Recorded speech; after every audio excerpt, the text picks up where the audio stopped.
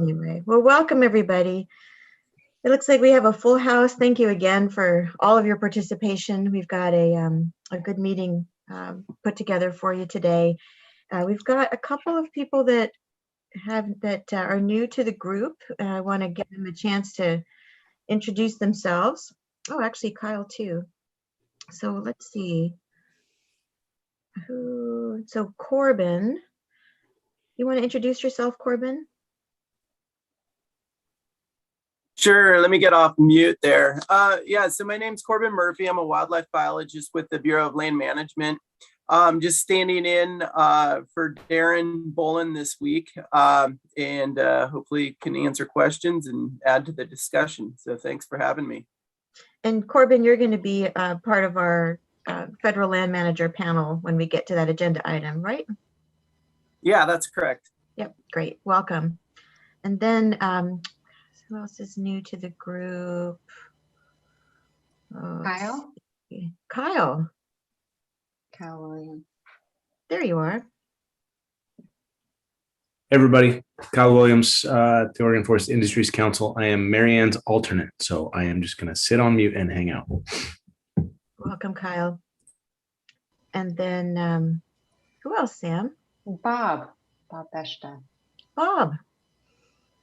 Hi there, Bob Beshta here. I'm sitting in for Boone Kaufman. Yeah, so Bob is Boone's alternate, but Boone is not here, so Bob gets to participate. So I think that's it. Do we have anybody else that's new?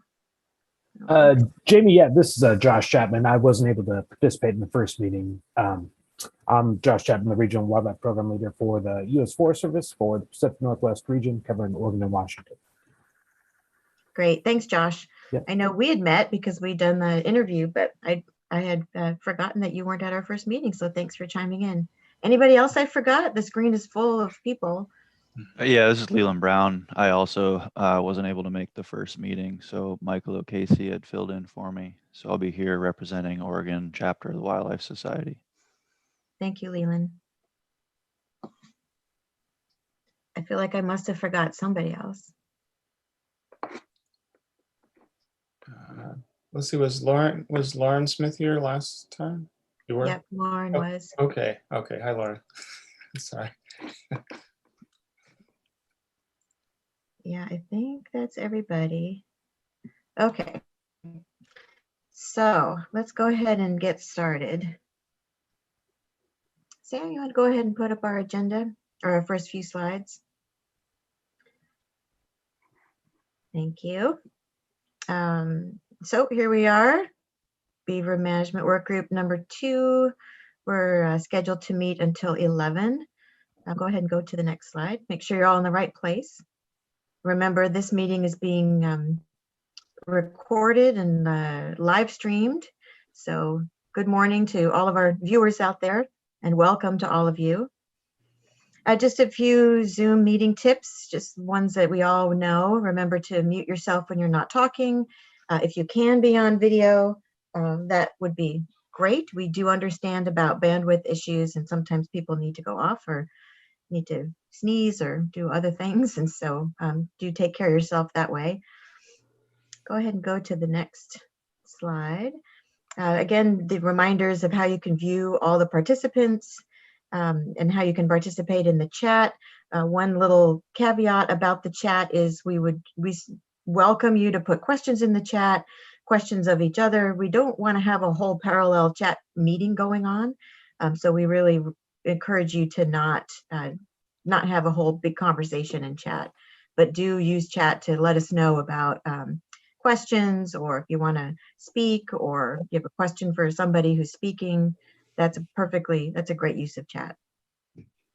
And I think that's about it. I think everybody's got their name on the screen, so folks can all see that. All right, go ahead and go to the next one. Let's see, speaker view. Just remember about that you can use this center bar, the one that goes down the middle. You can move it this way, that way, make the screen bigger or smaller. Go ahead and go to the next one. And that brings us to our agenda. So we've got a couple things going on the agenda. First, we wanted to spend just a couple minutes right up front because we had some questions that came in between the last meeting and this meeting, and to clarify the mission and scope of this group and the ODFW staff and commission role. So this is part of the charter discussion that, you know, we started at the last meeting, but we didn't really make it all the way through all of the charter. And it was requested that we, by a couple of different people, that we just clarify that right up front. And that, so we're going to begin the charter discussion just on those two topics at the beginning. Then we'll have our federal land managers panel with Josh and Corbin. Corbin, Josh and Corbin. And then we'll have an ODFW background presentation that will be Derek and ODFW staff. And we'll have Q&A as a part of those. And then we'll go back to the charter to finish out the rest of the items on the charter. And then we've got some survey outcomes to share with you around the key issues. And thank you for everybody's participation in that. And then what those key issues mean in terms of future meeting topics. And we'll confirm our next meeting and our next meeting topic and do a wrap up and be done at 11. So that is our meeting. Any questions, thoughts about the agenda before we launch into it? I do remember about the hand raise function. You can raise your hand using the hand raise function in the participants panel, or you can just raise your hand or you can use the chat. We will track that. Jefferson, you're on mute, mister. Too excited there. I just had a question about how to be able to have input on agenda items or speakers or things like that, or is that something that's a top-down or a collaborative kind of thing? Well, that's a good question, and yeah, thank you. That's a good question, and it's a combination. So part of it is, so when we did the survey and we did the interviews and the survey, and we're trying to mine, you know, what the topics are that people want to talk about or we need to talk about.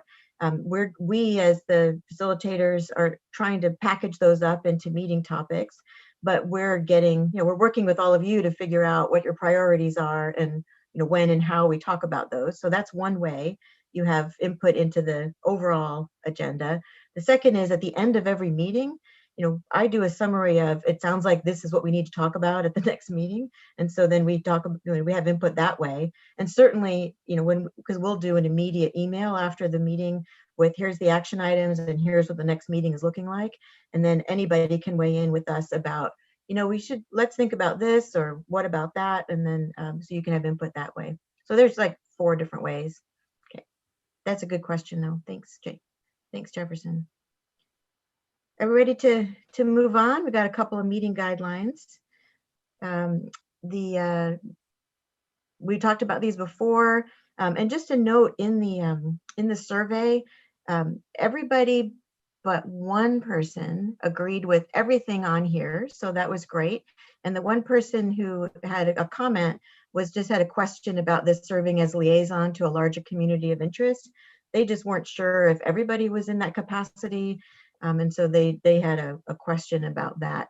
But otherwise, everyone agreed with all these meeting guidelines. So that's good news. And there was a suggestion for a new one about being willing to learn something new and leave your baggage at the door. Well, we didn't add that on here. We thought we'd talk about that in the charter when we get to that point.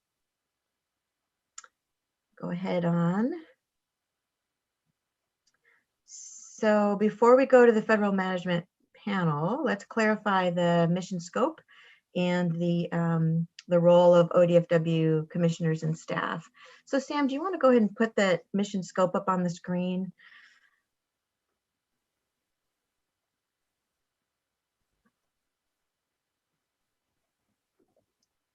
So if you remember at the last meeting, we spent a lot of time talking about the mission and the purpose. And this is where we landed. And there was a lot of agreement about pulling from the language that the commission used when they created the work group. And so we went back and looked at that language, and people helped us with that. And so we pulled that language forward. There was agreement that this group would be focused on federal lands.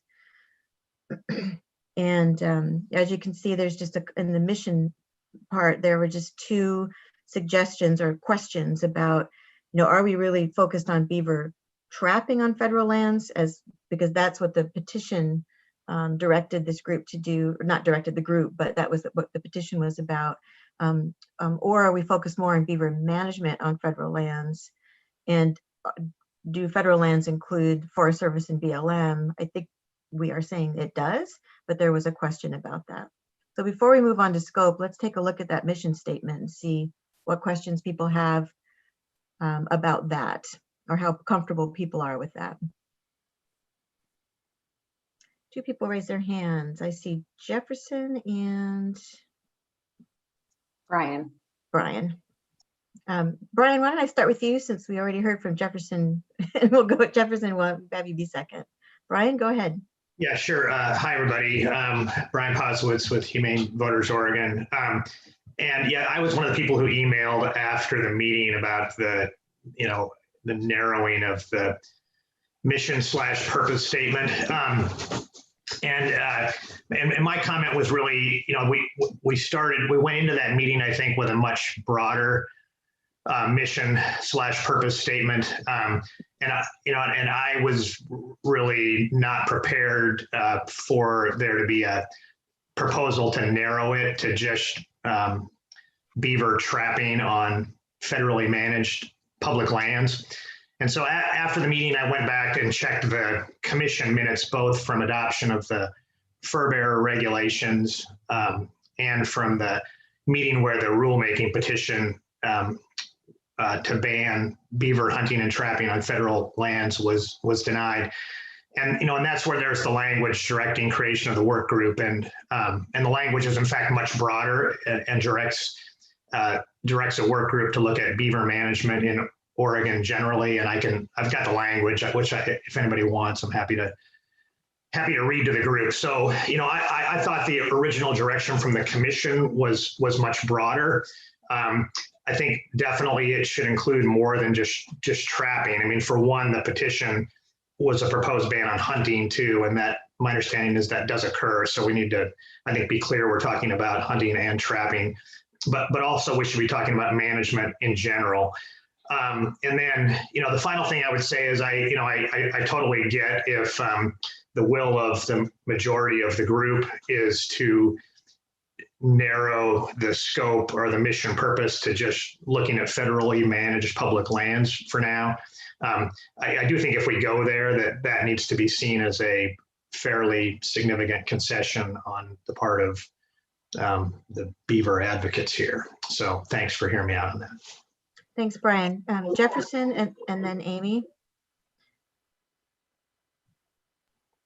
Yeah, I wanted to second Brian on that and let you know that he's not alone in thinking that, and that the idea of limiting the scope to just trapping alone, I think is going to remove the opportunity for some really creative thinking and kind of holistic management decisions. Because not only is there trapping and hunting, but in the ODFW living with beaver attachment that you sent around, there are things like removal of lodges does not require a permit. So there's a lot of different other activities, the predator status, misinterpretation of that that's resulting in poaching. There's a lot of other ways that we can nudge things and impact beaver on the landscape that if all we talked about was trapping would be taken off the table, and that ODFW does have purview on. So Thanks, Jefferson. Amy and then Marianne. Yeah, I would actually agree with Brian with the language that was set up. It does say beaver management. I would offer the caveat, though, that at subsequent commission meetings, I believe it was the August meeting when there was a report out, There were sideboards that were put in place at that point, with Chair Wall offering some clarity, and Vice Chair Woolley as well. And one of those sideboards was that it was going to be specific to federal lands. So I do concur with the beaver management aspect of that motion, but would just call the attention to that subsequent conversation that happened in the commission. And just one quick note, as far as the predatory animal status, my understanding is most of that delves into private land issues when we're talking about control. So I'm not sure if that would be within the scope if we are going to talk about federal lands. But I do think that the federal lands option is accurate coming out of the commission conversations. Thanks for that clarification, Amy. Mary Ann and then Samantha. Yeah, I just want to hone on a different piece of what Brian said. Again, I'm fine with management as opposed to trapping for the reasons that Amy stated. But I would not view it as a concession on anyone's part to limit it to federal land, and would remind everyone that we are here at the pleasure of the commission and of the entire commission. And they were very clear that we were just talking about federal land. And so I don't believe it is, I don't believe it's appropriate for anyone to have sought to expand the mission and then say it's a concession on their part to agree to a more narrow mission that literally was the reason that we were called here today. So I just would like that to be noted in the record and in the notes for the meeting. Thanks, Mary Ann. Samantha? I was going to agree with Brian, and I do think it's a concession on our parts because of the actual language before it was set up. So I think that focusing on federal lands is a concession and an opportunity really for us to come up with some creative solutions. And I hope we can keep it broad to beaver management as a whole. So we can also look at coexistence angles within the state's federal lands. Thanks, Samantha. Stan, I see your hand up.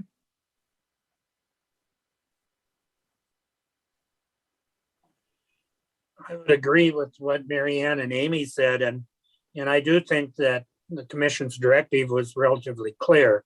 And it would be disingenuous to step outside of that scope as a commissioner's vote. And so the limiting, where I agree with most folks is that we should be talking generally about beaver management. And so that's our position on that. Is I think we do have to stay inside the vote, the intent of the vote of the commission that set up this work group.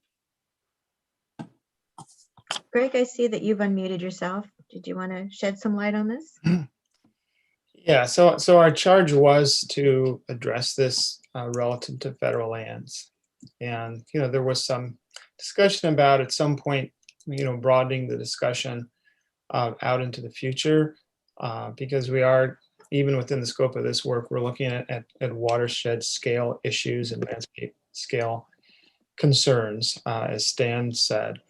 But it is true. It is, our focus is federal lands, and part of that is that a lot of the, the headwaters to a lot of our streams and our watersheds are, emanate from federal lands, and there's quite a bit of beaver activity there. So that is my recollection of our charge, and any other commissioner can weigh in with their memory as well if they like, but it was all about federal lands. But my other question, I just said mission purpose. So we've said Forest Service and BLM. Do we need to specify only two agencies, or is it just? Are there any other federal land management agencies that Parks is probably pretty significant for. Yeah. So I'm not sure why those two were called out. That was my question. Jill and then Josh.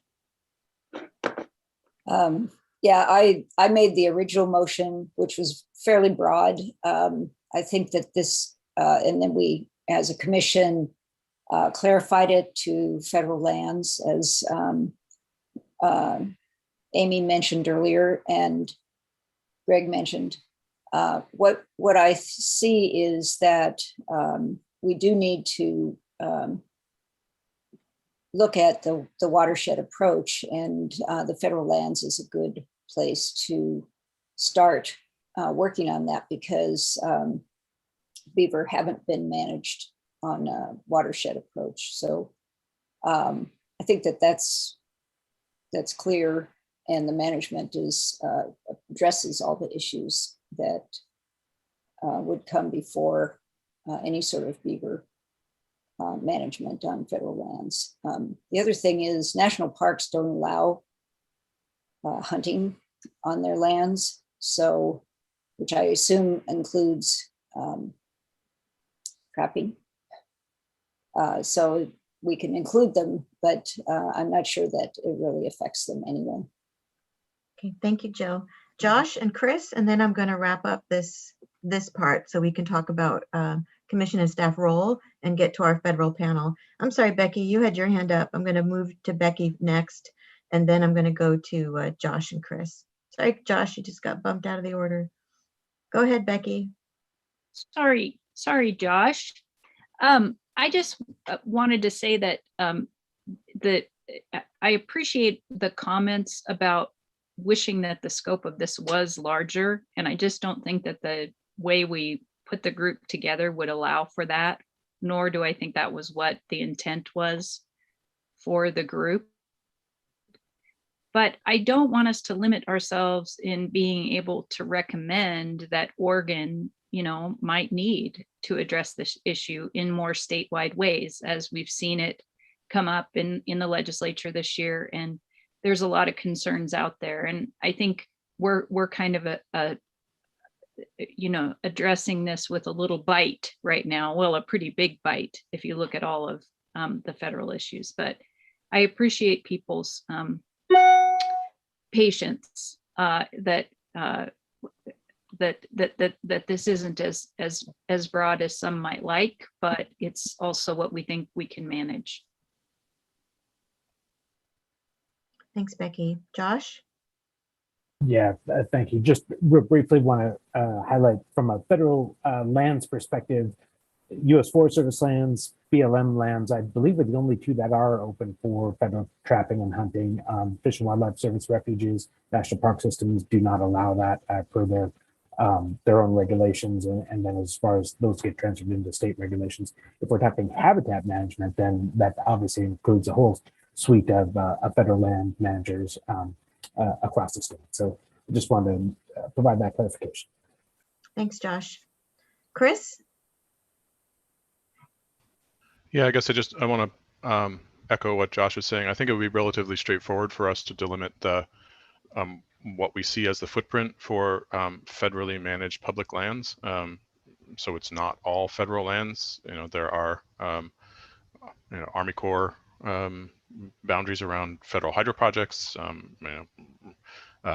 armories and reserve bases and the like. That's clearly not public land, even if it's federally managed. So, and yes, there are different regulations by the agency in terms of hunting and trapping. But if we're talking about management, then the ideas and the prescriptions for the watershed benefits that we're talking about for the state of Oregon would pertain across the Fish and Wildlife Services, refuges, monuments, parks, and BLM and Forest Service lands. And I think it'd be relatively straightforward to delimit that and be very clear what those boundaries are, and maybe what aspects of what we're talking about apply to different land areas within that pool of federally managed public lands, where this is where our thinking is relevant. Thanks, Chris. So I see we've got three other people. We've got Samantha, Marianne, and Leland, who've all raised their hands. But I want to pause. We're coming up to 9:30 just about, and I'm not hearing anybody disagree with the mission and purpose to read beaver management on federal lands in Oregon. So that it seems like we're there. And so I'm not sure if we've got these other folks with their hands up. I'd like to make sure we get to our conversation about roles and have time for get to the federal panel. So don't want to shortchange, but I also want to make sure we're not having too much of the same conversation on things that we already agree on. So with that, Marianne and Leland. Just very quickly, Chris's comment is spot on about federally managed public lands. And I think that's a really critical caveat about what we're actually looking at, because we're not talking about areas that are inaccessible to the public, because this is public use. Marianne? Yeah, I actually wanted to maybe jump back to what Commissioner Hatfield-Hyde said, because I guess I don't view making, to me, it's a very different work group if we're making broader legislative recommendations. And again, I think there's people that are missing from the conversation if that's something that the group is open to. And I don't view that as mentioned in the mission or purpose. And so I am a little apprehensive about that comment, because I don't think we should be casual about if we're going to make legislative recommendations that are broader than federally managed public lands. Becky, go ahead. I was saying what we might recommend is that Oregon might need to consider having a broader work group formed around these issues, not that we would make any sort of legislative recommendation. Okay, thank you for the clarification. Samantha? Yeah, and as a point of process, I just want to make sure that we're open to where the information takes us, and that we're not blocking kind of, if it naturally takes us organically towards, okay, we need to make some bigger recommendations, then maybe those are next steps. But I just want to make sure that everyone is open to that and open to the research and information that we'll be getting during these meetings. Yeah, and thank you for that, Samantha. And I don't want us to get wrapped around the axle of what we mean by recommendations, because just as Becky said, a recommendation can be from this group that, hey, we don't have the right people around this table to talk about these topics, and we recommend that the commission put in place a group to do that. And so we don't have to address those issues here, but you can make a process recommendation about what needs to happen next. Okay, thanks for nodding your head. I appreciate that. So let's spend hopefully we can just spend just a few minutes clarifying commission staff and role. And I'm gonna start by sharing what my understanding is based on conversations I've had with commissioners and with the staff. And then I'm going to invite Shannon and the commissioners to clarify anything that I have misstated. So my understanding is that the commissioners and the staff are work group members, and that this is a collaborative group as best we can be. And as part of that, they are going to be offering their opinions, suggestions, ideas, concerns, because at the end of the day, they want to get to a place where there's a set of recommendations that they can support. And in order to get there, they need to be part of the conversation to help make that happen. That being said, there's a lot of, people are used to voting and motions and those kinds of things. My understanding of the intent of this work group is to bring together this diverse group of people to try to see if we can create something together that this group of people can support. And there may be levels of support, but not get to a place where we have a slew of minority reports and those kinds of things, because then we're really, then what's the difference between all of you going separately to the commission and telling them what they think?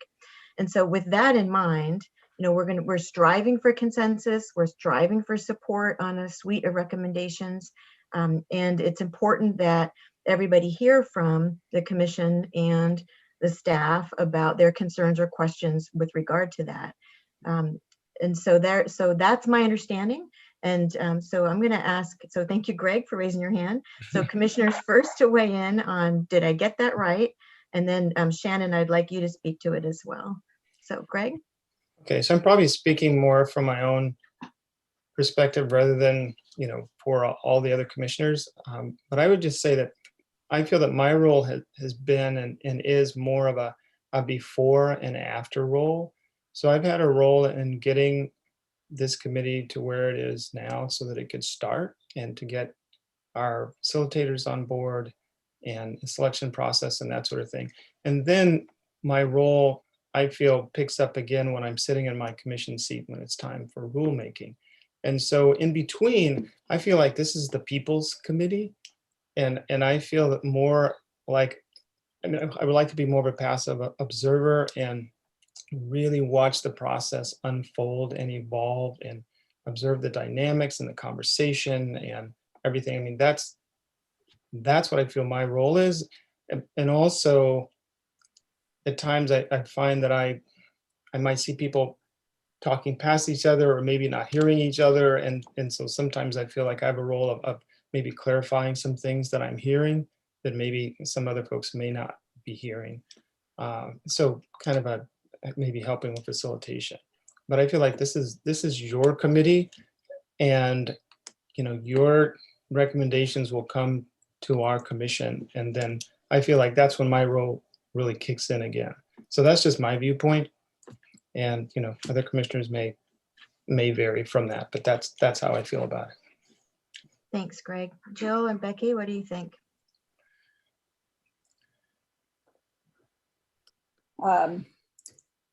I would let Becky go first because I'm actually an alternate.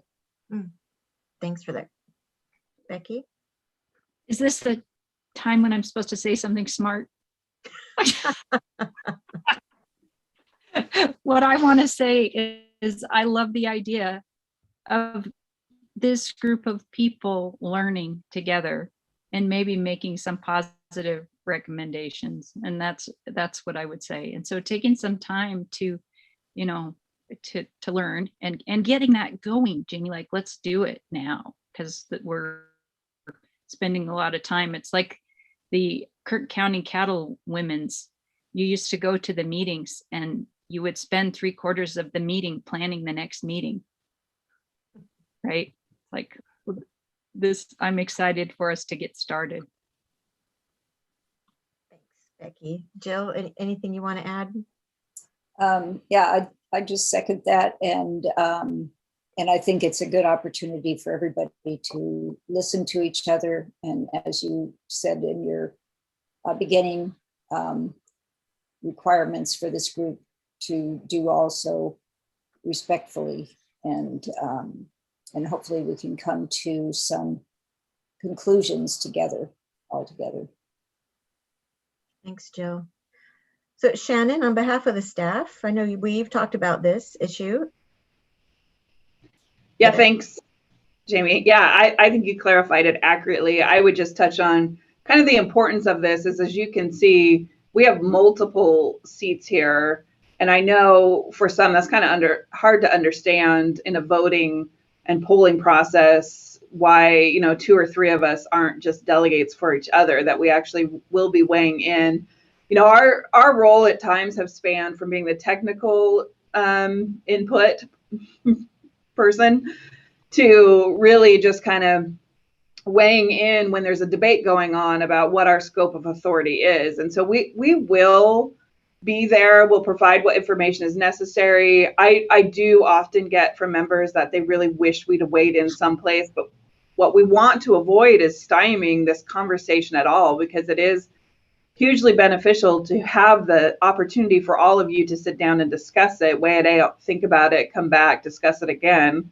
And we don't want to get in the way of that. So I think it's critical to discuss our role. Jamie, the other thing you touched on is recommendations. Obviously, the staff, and we have to follow administrative law, has been directed to come back and report and make recommendations. There's always a chance, depending on the outcomes of these facilitated groups, we don't fully align with our recommendation, with what the recommendations are out of the group, if there are any. But we still have a requirement to go back and present this to the commission and share what we have learned and what we're recommending.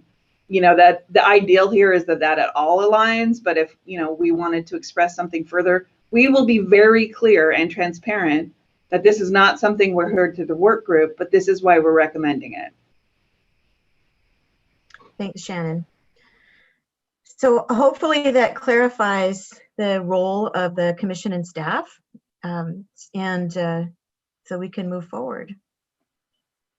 And certainly, as we move forward, I mean, there's that accountability question for any of us, that if we feel like that, folks are being too driving one way or another, we need to call each other on that.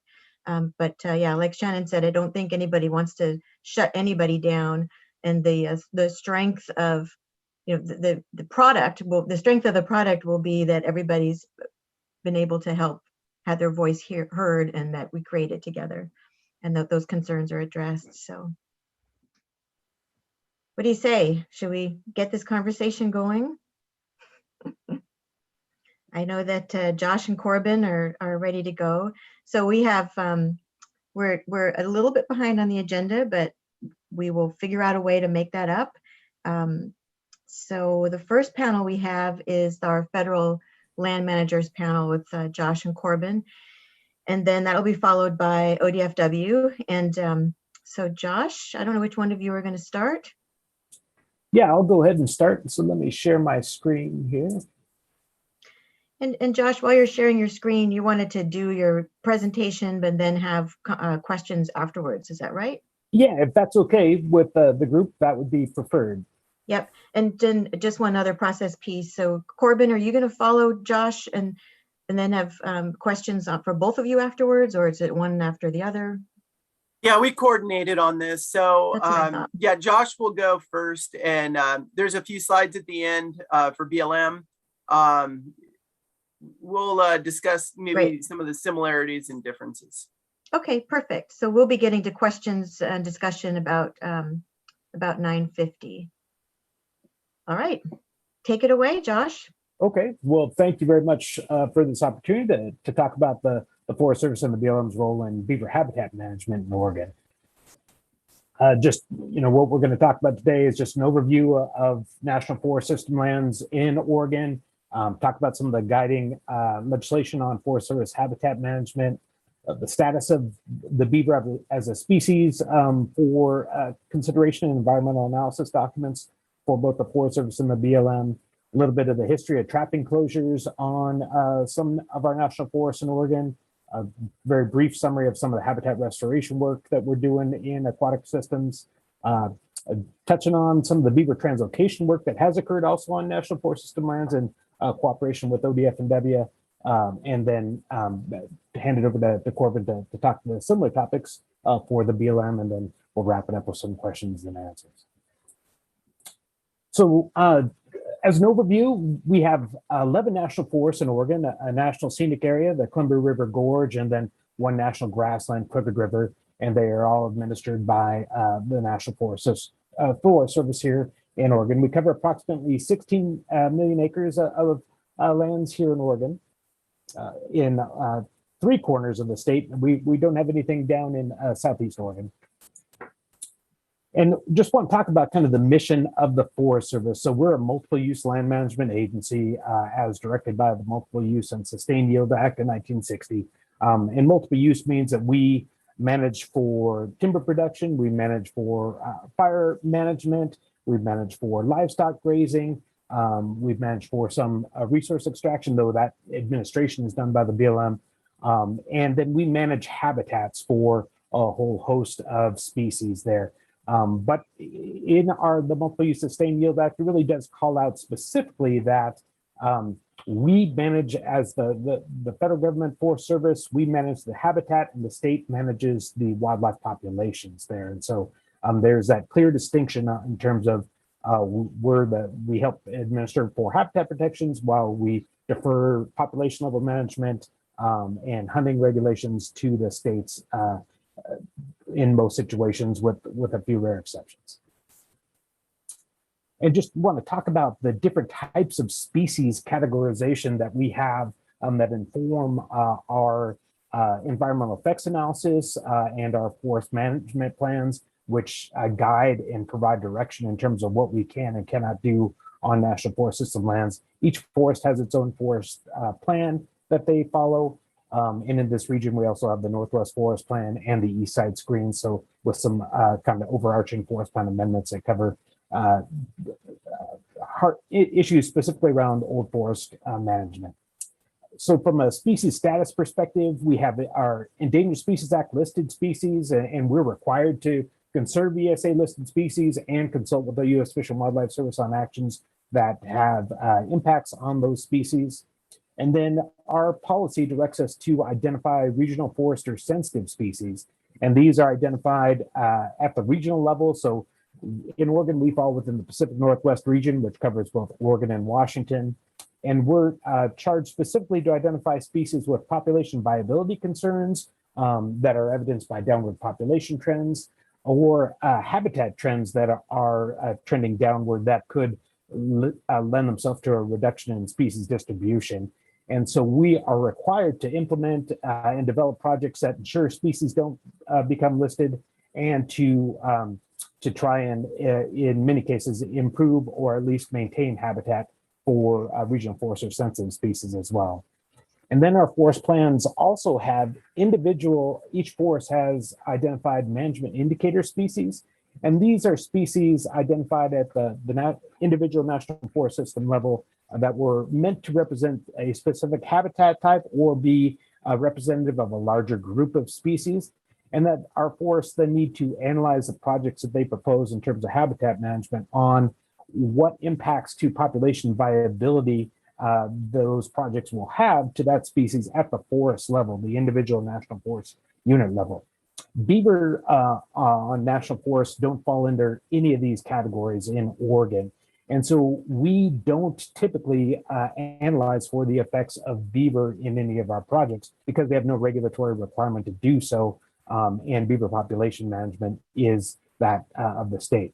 However, we do manage habitat for wildlife, and our policy does direct us to manage for the biodiversity that occurs within national forest system lands, with an emphasis on maintaining the native species biodiversity, as well as what they call desirable non-natives, which are kind of defined on a case-by-case basis.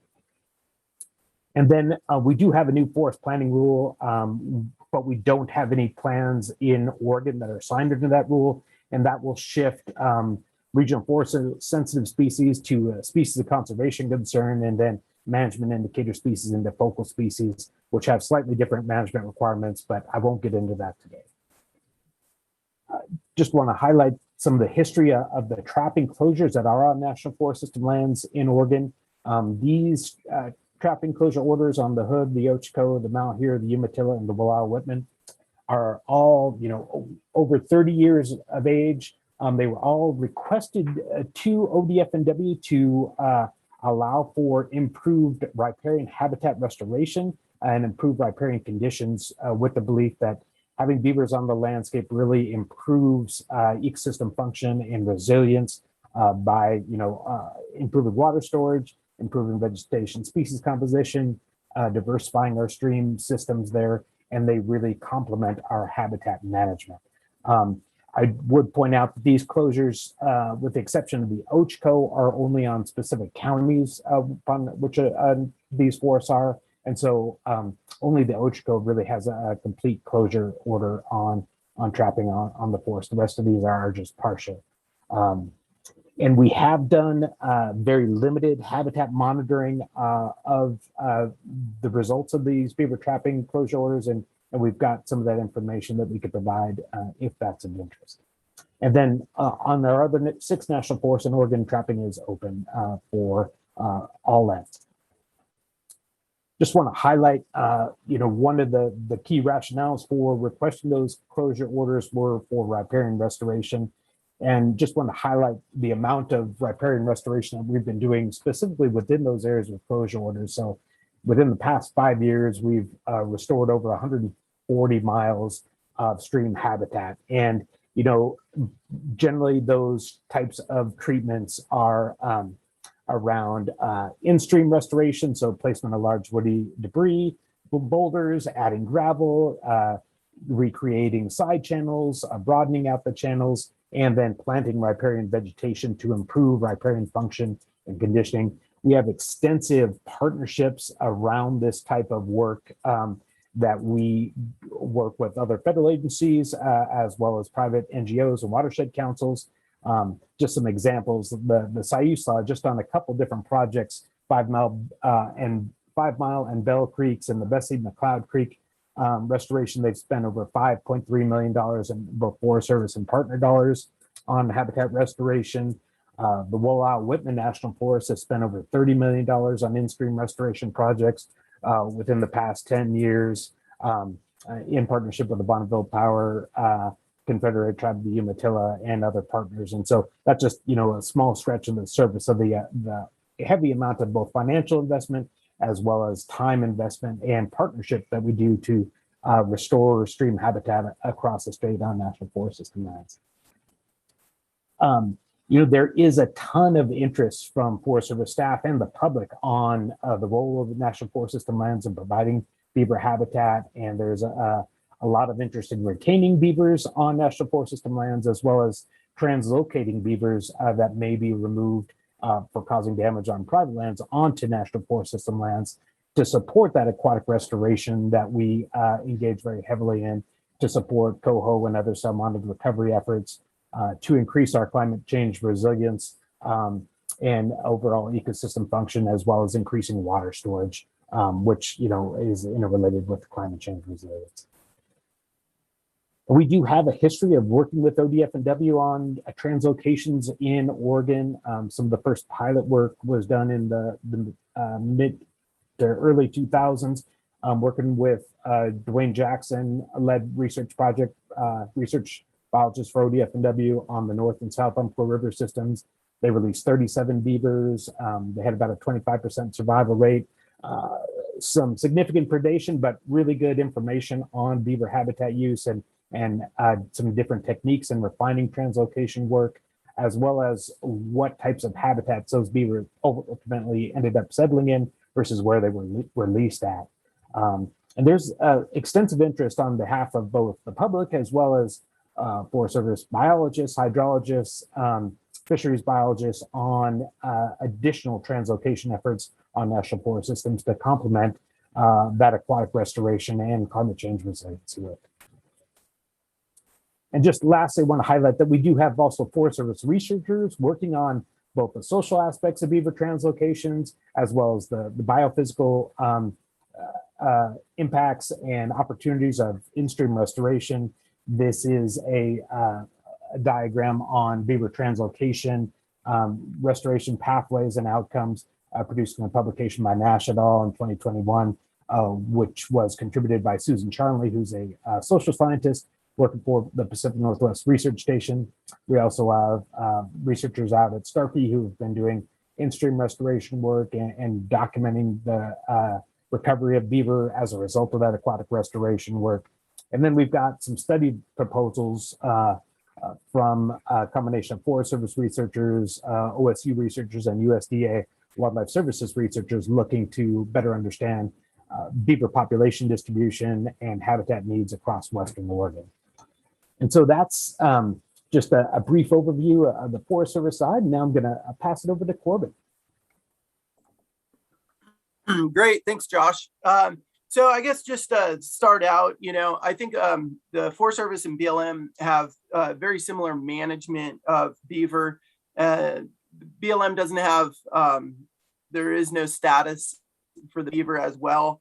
In regard to the BLM, we're pretty much under the same, follow the same species status. So there's listed species, ESA species, and special status species. We don't have indicator species that's related to their forest plan. So we'll just kind of go over the same layout that Josh had discussed and kind of talk about the similarities and differences with the Forest Service and BLM. Okay, Josh, could you do the next slide there? So quick overview of the BLM lands. I think we're right at the same acreage as the Forest Service. For Oregon, Washington, we're at 16 million acres, organized into 9 different districts. I think Josh mentioned there's not as much Forest Service down in the south east corner of Oregon, and that's where there's a lot of BLM lands. Okay, next slide. This is kind of a breakout of the different districts. In Oregon, there's close to 16 million. Washington doesn't have that much BLM lands. You can see the majority, Vale District is a really large district over there, as well as Lakeview and Burns. In Western Oregon, we do have quite a bit of BLM lands, and it's part of the Oregon California Railroads Act, and checkerboard is what people call it, Western Oregon. Okay, and in Oregon, there's actually 8 districts, so that's wrong there. So next slide there, Josh. Oh, that didn't come across all that clear on the slide. Federal Land Management Policy Act, it's basically outlining BLM is also multiple use. Depending on the area, there's other laws that are applicable. Western Oregon, the Oregon ONC Act, Oregon California Railroads Act is also a pretty major player in there. And one of the major items of this act is also that federal lands, BLM lands, would have local plans or RODs, record of decision or resource management plans. Example of that would be like the Northwest and Coastal Oregon RMP. And we look to the RMPs as kind of the layout of how we're going to manage those lands. At least within the Northwest and Coastal Resource Management Plan, there's specific management direction for the riparian reserve land use allocation. All the lands are broken into different chunks, and how those specific chunks of land are going to be managed. Some of the examples of that would be harvest land base for timber harvest, or riparian reserve to focus on ecosystem process and improve those riparians. One of the key points for our riparian is to promote beaver habitat restoration, where the presence of beaver. Yeah, I can't even quite read it all. Sorry about that. We're acknowledging that beaver are important on the landscape and are important for improving fish and aquatic habitat. So we're going to help and do what we can to manage those. Okay, next slide there, Josh. Hey, Corbin, how many slides do you have? Just I think 2 more. Okay. In regard to trapping closure on BLM lands, North Bank Habitat Management Area is an area that had a trapping closure, and that area is managed mostly with real close partnership with U.S. Fish and Wildlife Service and ODFW. Mainly a reduced disturbance to the Columbia white-tailed deer. That's all I could find for trapping closures on BLM. Next slide. Current work that the BLM's doing. So a lot of work with T&E, anadromous fish. So stream restoration, side channel activation, planting, putting in some BDAs and large wood placement. BLM has completed some National Environmental Policy Act for relocation of beaver and working with ODF on relocation. Also doing some monitoring of those sites and stream monitoring in general, and looking for where those beaver are on the landscape. Also trying to work with OSU to figure out population dynamics in Western Oregon. Let's see. Yeah, that's pretty much a quick overview. All right, thank you, Josh and Corbin. We have a couple questions in the chat that came in during the presentation. Marianne, would you want to go ahead and kick it off with the questions that you posed in the chat? Yeah, so I just was interested, so they're 2 and not super related, but I'll just ask them both. Interested if we knew how a 25% survival rate for translocation compared to relocation or translocation survival rates for other species.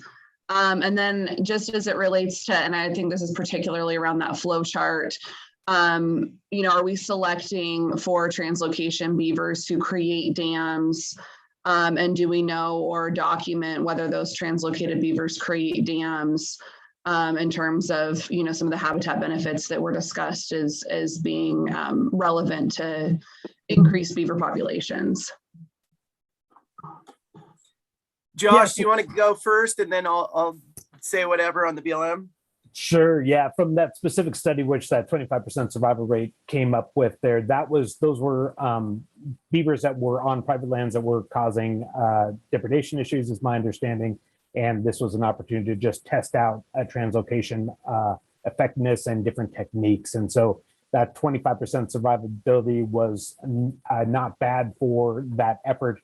They learned a lot about where to place beavers, and then also what the big sources of mortality were, which were primarily predation. And so as far as it relates to other species effectiveness, that's a big topic of conversation there. So I'm gonna have to defer that to ODFW folks there. And in terms of selecting dam building beavers versus bank beavers, there wasn't that type of opportunity or variety of beavers to choose from for that effort. It was kind of catching what beavers were causing issues on private lands in the proximity of the North and South Umpqua watersheds. Yeah, we've relied on some research out of OSU, and I can't quote it right now. I think it's very similar survivability and success is what Josh was pointing out for the Coast Range in Oregon. The small amount of translocation that the BLM's done has been opportunistic. I would say concurrently, we're trying to get some research funded so we have a better idea of what the population dynamics are, and before fully engaging in translocation. Okay, we've got a lot of people with their hands up. The order goes like this. It was Ernie, Leland, Bob, Chris, and Jefferson. Okay, Ernie, Leland, Bob, Chris, Jefferson. Ernie, go ahead. Thank you. And thank you to both of you. Those were good presentations. If I understood you correctly, both of you identified some pretty important benefits from having more beaver on your lands. You identified aquatic habitat, coho and salmonid recovery, climate change resilience, water storage. From Nash et al., you have surface water increase, stream flow increase, again, habitat. I'm wondering if you would please provide Jamie, if anybody in your organization or at OSU, if you are aware of anybody, has compiled a list, a description of all of the benefits or potential benefits from having beavers on your landscape, number one. And then two, any information, would you please provide Jamie any information or to people who could provide us with information on the economic importance of those benefits? So for example, do you have anybody who could talk to us about the importance of increased stream flows or surface water or changes in climate change resilience? So thank you. So Ernie, if I understand your question, you're looking for some resources in terms of a synthesis on the ecological benefits of beavers, as well as the economic benefits of beavers there. There's a whole host of literature on that. I'm not sure if there's a comprehensive synthesis that is up to date on all of those topics. Definitely a lot of literature on that. I see the request for the Nash et al. I will put that into the chat. And then I can also point you to the collaboratively developed Beaver Restoration Guide, which was developed in part by Forest Service biologists working with the Fish and Wildlife Service, National Oceanic, NOAA, as well on beaver restoration, and which summarizes a significant number of those benefits there, as well as but the economic piece, I don't have any answers on. Corbin, I'm not sure if you're aware of anything summarizing economic benefits of beavers. No, I don't know if BLM has specifically looked at the economic importance. I would think that would be something that we would look to academia for. Okay, if I may, just to be clear, if you have any documents, would you please let us know about those documents? But also, if you could point us to individuals. I don't know if there's anybody that might have economic information at PNW or at Oregon State or at any other university across the West or wherever. Guess I'd be very surprised, having worked with both organizations, if if there is nothing at all available to you or to your managers or to your supervisors on the economic importance of these things, because those issues continue to arise. I will follow up, with folks in PNW on that. Thanks, sir. Yeah, as well as I'll follow up and see what we can find in that regard. Yeah, and we've made a note too of the questions that you've raised. So we've got Leland, and then Bob, and then Chris, and then Marianne. Go ahead, Leland. Yeah, I think I got more of a comment than a question for you all, but I mean, I don't think there's disagreement within this group that beaver play a beneficial role in the landscape. The question is, where within management can we improve beaver populations or movement across the landscape that creates the benefit that we intend, the benefits to salmonids and other species. The question in the petition was initially whether or not trapping was the barrier to creating those benefits. And in my opinion, reviewing both the supporting documentation and reading the petition itself, that was not established. So when we're looking at management, we're not looking at whether or not trapping is the issue. We're trying to look at the broader management, the research implications, the knowledge we have on populations to make recommendations to improve that entire system to create a better outcome for all those species, while maintaining the requirements for ODFW to maintain both the species and the recreational opportunities for all Oregonians. And I think that's really the key thing that I think all of us as members of this work group need to maintain is, we can try to go into all the positive benefits of beaver, but those have been really well established. That's really not what we're here to do, is establish the positive benefits of beaver. We know there's positive benefits of beaver. We're here to recommend how we continue to improve that while also maintaining good management and, the requirements for ODFW at the same time. Leland, I believe it was Bob and then Marianne. No, Bob and then Chris and then Marianne. Yeah, thanks for the presentation. It was good. If I was a timber harvest operator or a leasee of grazing rights, does that convey any special wildlife management privileges from the perspective of the Forest Service or the BLM? Bob, let me make sure I understand your question there. In terms of if you're a timber sale purchaser or a grazing permittee holder, that doesn't provide any specific or additional wildlife management responsibility for either those groups. Is that specifically what you're asking? Yeah, that's what I want clarification on, because there is some state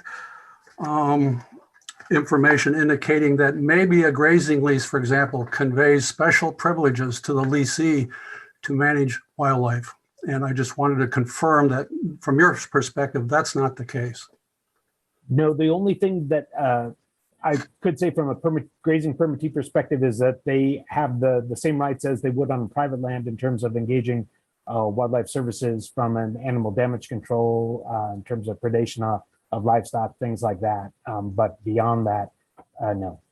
Okay, great. Thank you. Thanks, Bob. Chris, you were on next, and then Marianne, and then Jefferson and Stan. I see your hand up. Yeah, great. Yeah, thanks for those presentations about the Forest Service and BLM land management perspectives on Beaver. Appreciate that. A couple of things that jumped out at me as other pieces that are in this as well, like the Organic Act as part of the origination of the Forest Service, and that puts water flows requirements on the Forest Service management. That's something that wasn't mentioned, and that's very relevant for this topic too. But backing up to our first meeting, where we made a strong request to have a way in which we can bring information in that the entire group can consider or agree on, so that we can move forward with a full understanding of, in a sense, what the science and management community knows about these animals, right?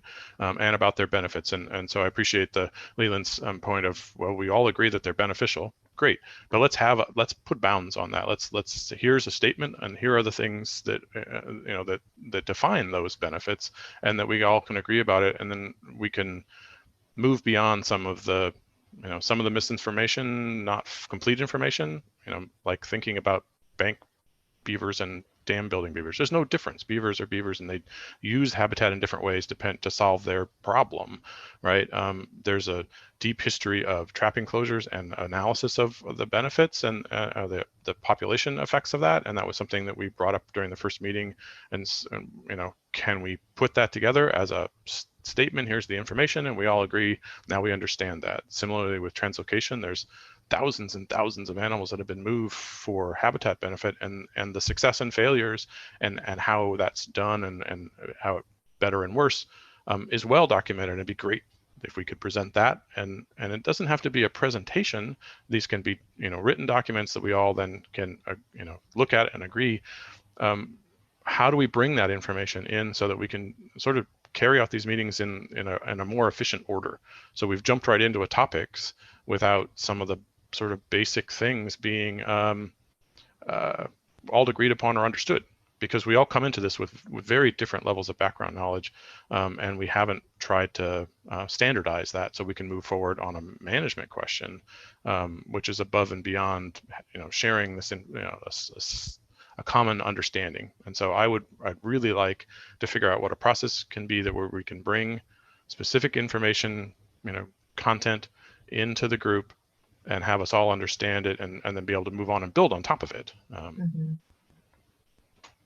Thank you for that, Chris. And when I get to a little bit later in the meeting, I have actually a proposal around that very topic. So okay, I think it'll be difficult to follow and maybe a waste of time to say, oh, here's one paper to read. Oh, here's one paper to read. Sometimes those papers aren't meant for easy consumption, just full of jargon, and science papers don't read well. But how do we consume that and summarize it in a way that we all can get information from many of those? There are good review articles, but again, in the science literature, those are really, really dense, and those are hard things to read. And so how do we summarize that and present that information so we have a common, accessible understanding of this before we move on to some of the more details? Yeah, thanks for that, Chris. Just a process check. I've been chatting with Derek in the chat, and we've agreed that we need to spend more time on this conversation with our federal partners and not introduce the ODFW conversation just yet, because we're not going to have really a lot of time for that. And there's a lot of people's hands raised. So rather than shifting gears, let's just take a deeper dive and stay with this. And then we'll do an ODFW presentation at our next meeting. So I just wanted to let you know about that. Let's see, we were at Marianne, and then Jefferson, and then Stan. And I see other people's hands up, but I'm only tracking like 3 or 4 at a time. So. Yeah, and this is a bit of a follow-up to my earlier question, and I do agree with Chris's statement, so I might just throw the question out there, but if you all tell me that it's kind of for a different conversation, that is totally fine. Back to the idea of kind of the connection between beavers and when beavers create dams and what kind of habitat features exist. And, like, for example, one of the things that we've seen a lot is, an emphasis on beavers and landscapes that don't have the kind of early sterile conditions that we understand are more likely to have beavers create dams. And so I would like to see have that conversation, see more of that data and more of that information. And then just also a question, I guess, for federal agencies, but maybe for the state partners on whether there are studies on kind of beaver populations in basins where there are trapping closures or on, the landscapes where trapping is not allowed. I would also like to see those. Okay, thanks. Yeah, Marianne. the one thing I can mention is that we don't have any population level monitoring for paired watershed in terms of those national forests whose counties don't have trapping versus do. That is not something, because beaver don't have a special status from a Forest Service perspective. We don't have the resources to do population level monitoring. We rely upon the state to do that work, being that they're managing beaver populations. Yeah, in regard to the BLM, I do not believe we have anything specific on that as well.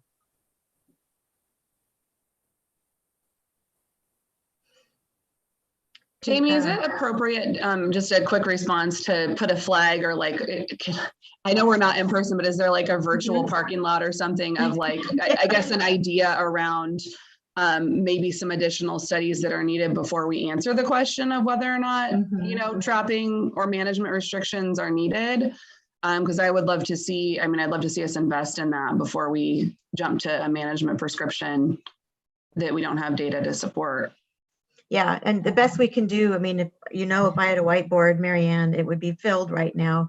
But the best we can do is Sam is capturing that, and so I think what we'll have is in the meeting summaries, we'll have a parking lot area that we can put these, as follow up. But I do have a suggestion when we get to the survey outcomes about how we start to organize this information to be productive moving forward. So I think your comment is apt.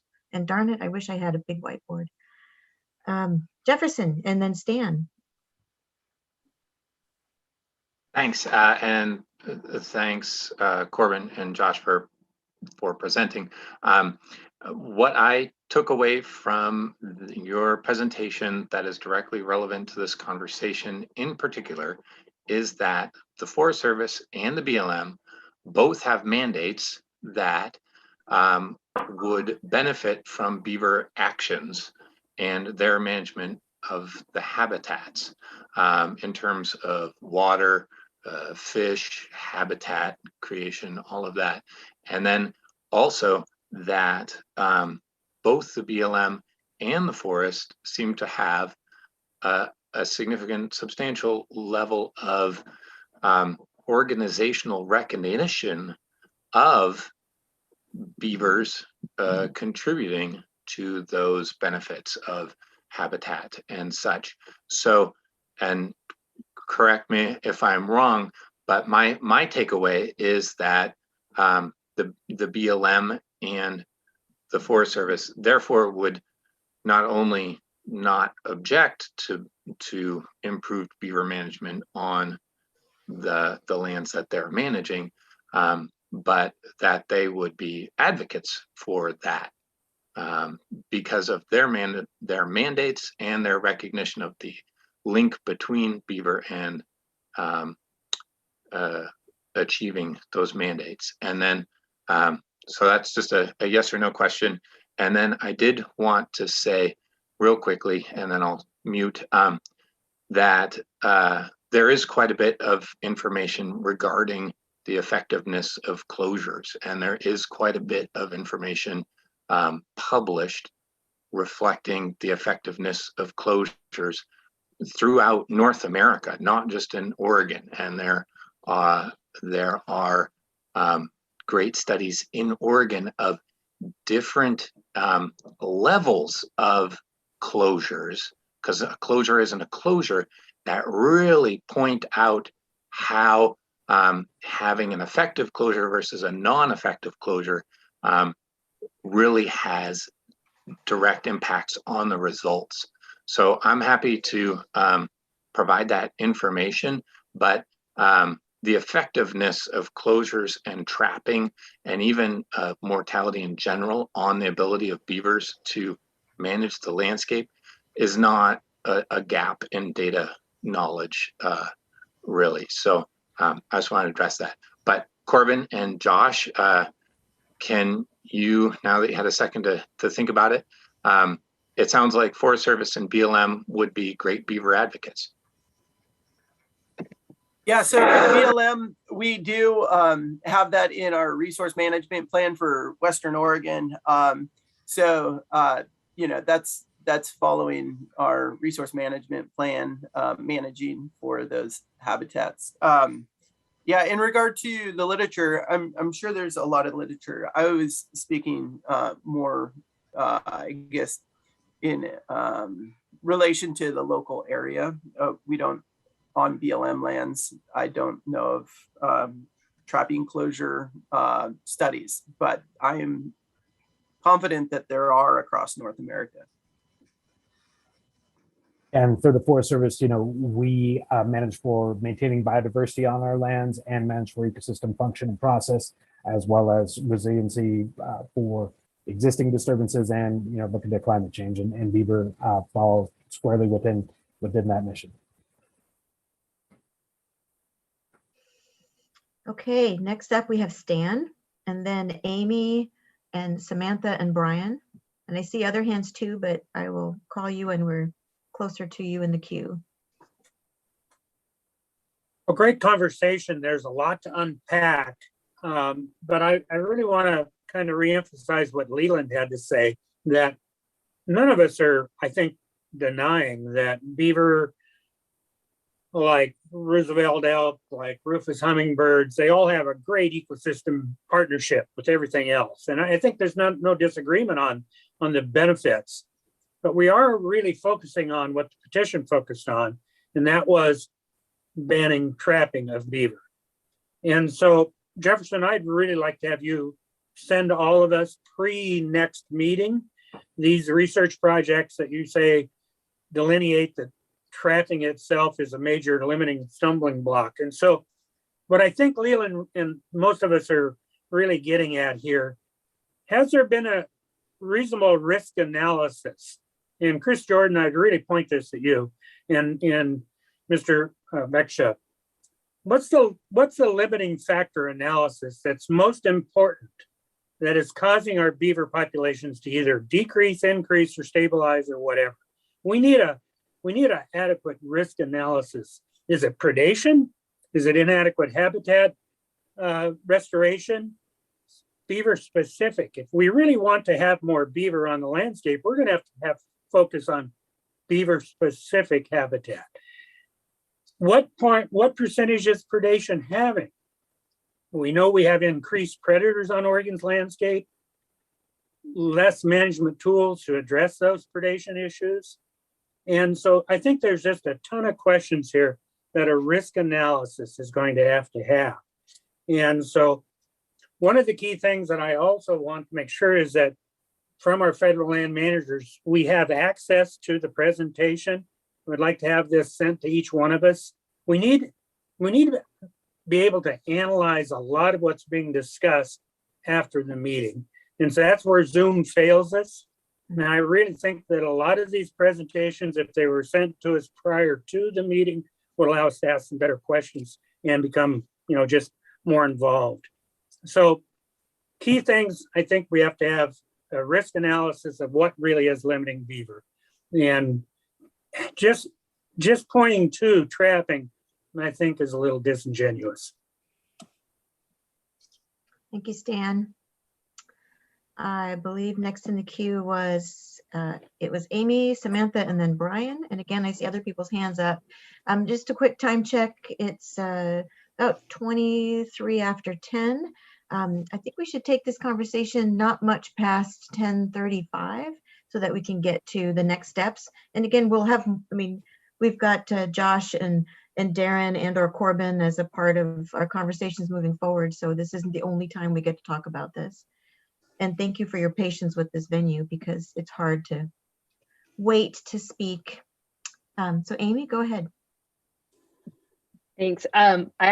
I think I had 3 or 4 things pop into my head originally, and then over the course of folks talking, some of that's been brought up. So I'll try to be brief in the interest of time. The first thing I would go back to is just in the chat, I had made the comment that these would be great conversations to have some of the Beaver researchers like Dr. Jimmy Taylor and Vanessa Petro in the room. We're referencing their work here, and so it would be great to have them really accessible for a lot of these conversations. The other thing I wanted to clarify too, and I agree with Jefferson and Chris on the need to be able to bring in this information that is getting referenced, the studies. I, for one, I'm not a Beaver expert, so I'd love to read up on a lot of this stuff. So the more that we could bring in and be able to digest and really learn, that would be great. I do have a clarifying question based on what Josh said, the closures that we have in the state. So me in particular, I'd like to focus on state-centric studies as much as possible.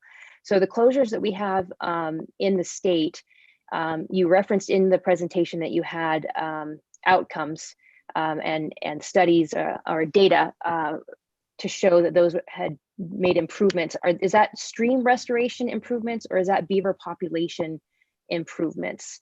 I just wasn't sure where that landed based on some of the conversation back and forth, because I'd be so interested to see that. And I see that Chris has it in the chat that there's a number of trapping closures with population level responses. So really would like to see a lot of that documentation so that we can really digest that. Thanks, Amy. There are limited monitoring associated with the riparian condition associated with those areas of traffic closure. Again, we don't monitor or measure beaver populations, and so we don't have that population level impacts. We do have some qualitative habitat tracking trend information for those closure areas. Hey, Samantha, you had your hand up, but now it's down. Are you No, passing or are you just put it ready to down for go? next. I'm ready. I Okay. have some questions regarding the beaver management directly in the presentation. You both mentioned that beavers are treated, or allotments are treated like private landowners. And I'm curious, as far as that goes, does that then mean that on allotments, beavers are predatory and not fur bearers? And then my follow-up question is, how much of a percentage of federal lands have allotments on them that can call wildlife services or call other folks in to kill beavers on their behalf? I'm just curious about that percentage in the state too. And what's the interplay between really your mandates for land management, but also your allotment management plans? So I can speak briefly there. So for one, the allotments are federal lands, they're not private lands. When I referred to the permittees have the ability, like they do on private lands, to request wildlife services to take actions for species that are predating upon their livestock. As beaver do not predate upon livestock, there are no beaver removals by wildlife services on national forest system lands. And we have annual coordination meetings with wildlife services on the work that they do. Timber management?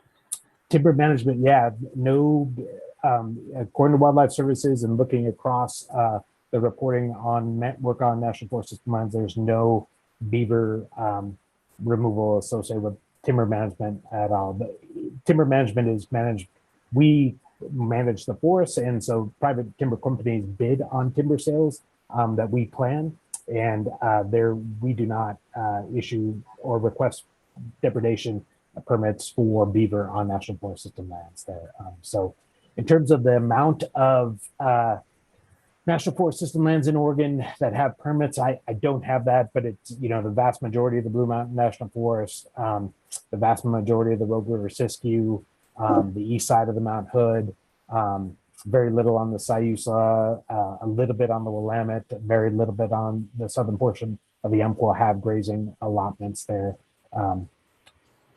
And so, yeah, I think those are, I believe I answered those questions, and Corbin can speak to the doing them. So I think my question would be then, as far as recommendations from this group, would that then apply to allotments and allotment management plans on federal lands? As it relates to beaver, I'm not sure what the intersection would be there, but in terms of riparian habitat condition and function, absolutely, we manage our allotments for the same riparian management clean water standards and guidelines that are ESA listed species conservation on allotments as we do on all national forest documents. Okay. Okay. So yeah, I just wanted to confirm that. So we know that that ranchers are not requesting that assistance. Jefferson just said it, that they're not requesting that assistance. So we don't have to fight back on that or have kind of contention around that in this group, which is great. So we can really look at the biology and ecology and the best outcomes for the state. All right, thanks. That sums it up for me. BLM, is that anything different for you guys? No, I was just going to have to get back to you on the amount of allotments. I think, yeah, Josh said it well. Okay, awesome. Thanks. Thanks, Sam. Brian, you are up next, and then Leland and Ernie. Yeah, thanks. And thanks a lot for those presentations. And as Amy was saying, a lot gets said between the time I raise my hand and the time I talk. So apologies for any redundancy. But and also, like Amy, I'm not a beaver expert or a beaver scientist, but just listening to this discussion, you know, it does seem like there are a couple of distinct scientific questions. One of them is, do beavers, at least on federally managed public lands, have benefits that outweigh the costs? And then there seems to be a separate, distinct question, which is, it can and should management of beavers be changed in a way that increases those benefits relative to the costs? I think to Leland's point, I don't hear a lot of disagreement about the first point, that the benefits beavers bring to federally managed public lands outweigh the costs. I don't even know what the costs are, but because we haven't talked about that. But I think everyone seems to agree that they provide benefits, and there's a long list of what those benefits are, and that they seem to outweigh the costs, at least on federally managed public lands. And so I would just say, as a way to sort of move the conversation forward and focus the further conversation, that, you know, we try to agree, we try to reach some agreement on as to that first point, and put that aside so that we're not, you know, arguing anymore about whether beavers provide benefits that outweigh the costs, but we're just discussing whether management can and should be changed in a way that increases those benefits. Thanks. Thanks, Brian. Okay, so I've got Leland and then Bob. I forgot Bob in the queue.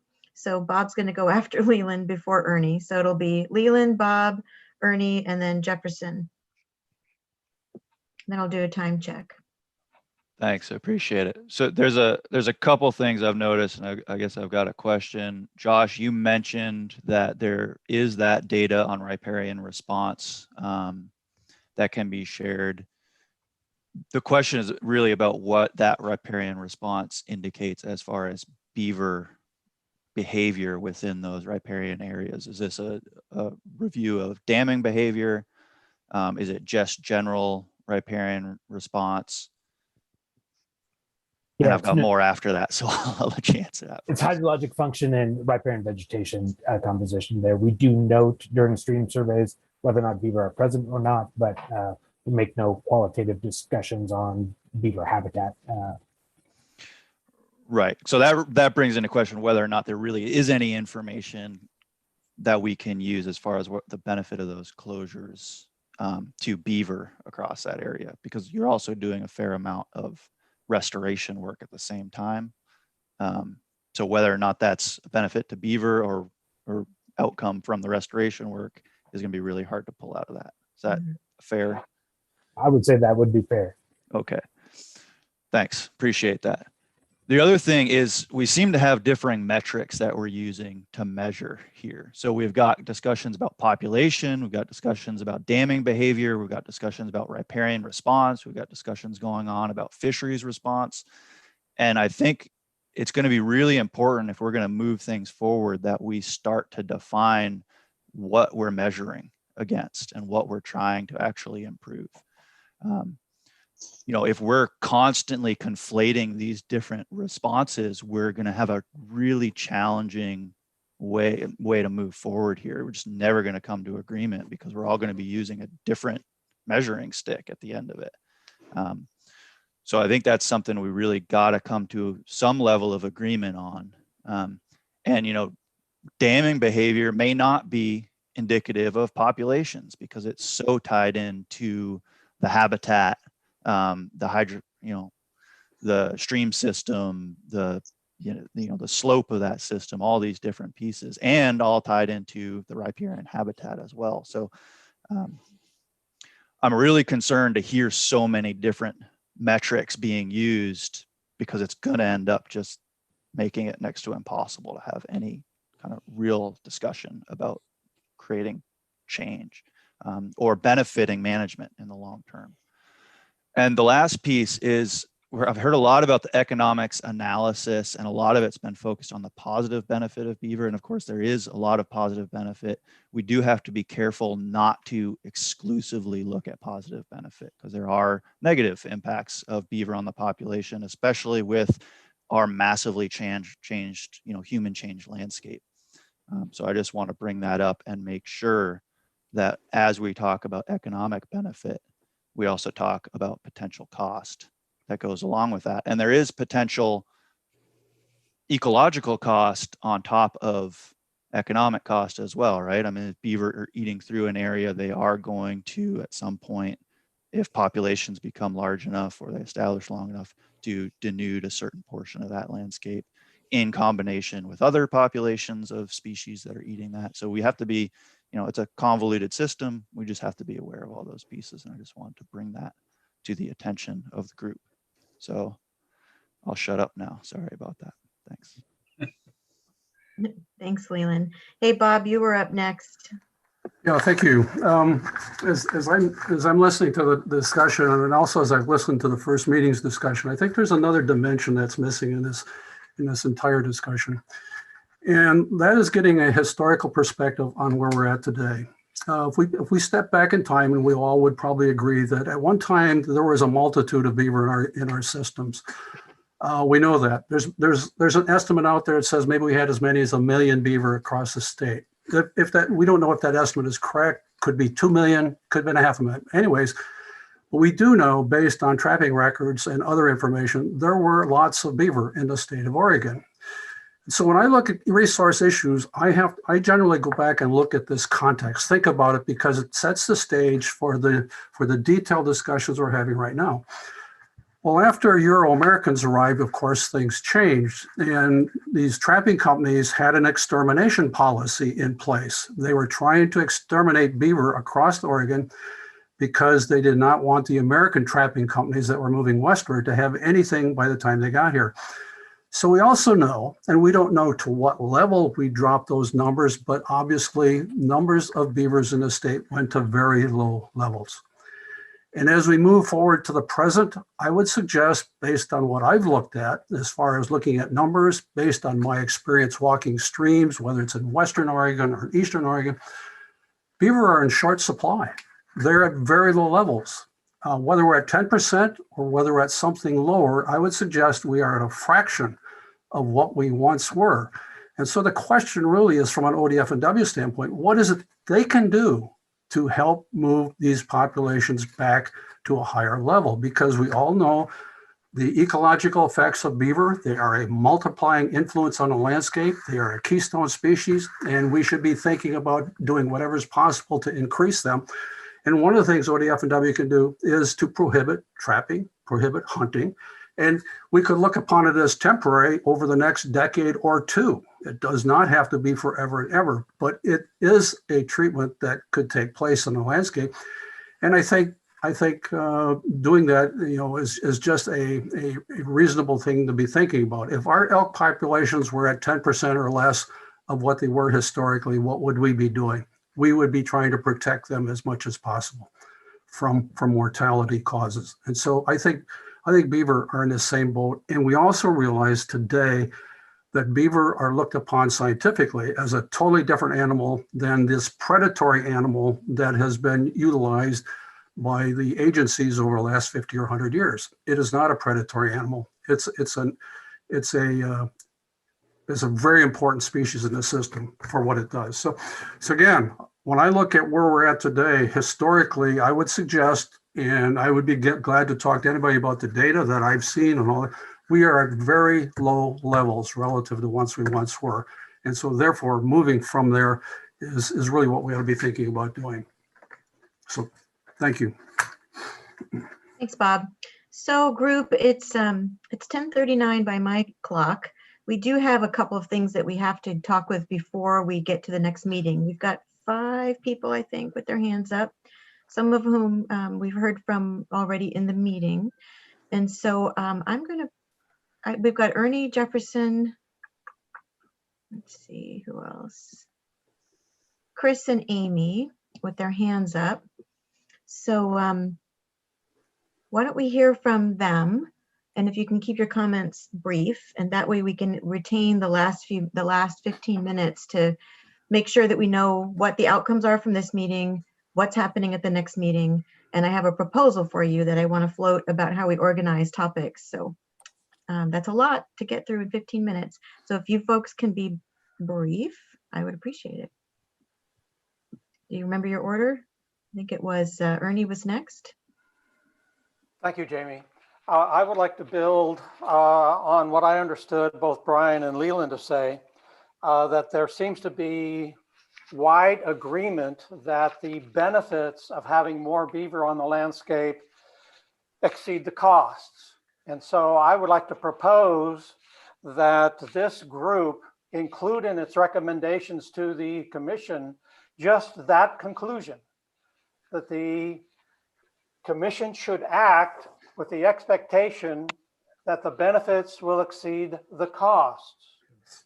And then to build on what Leland was saying, let's start to pull together the information about the benefits and the costs to all Oregonians, not just to individuals, but the benefits and the costs of specific actions, so that we then can make recommendations to the commission on, for this type of action, the commission should anticipate that the benefits will exceed the costs, or the other way around, whatever the factual evidence indicates.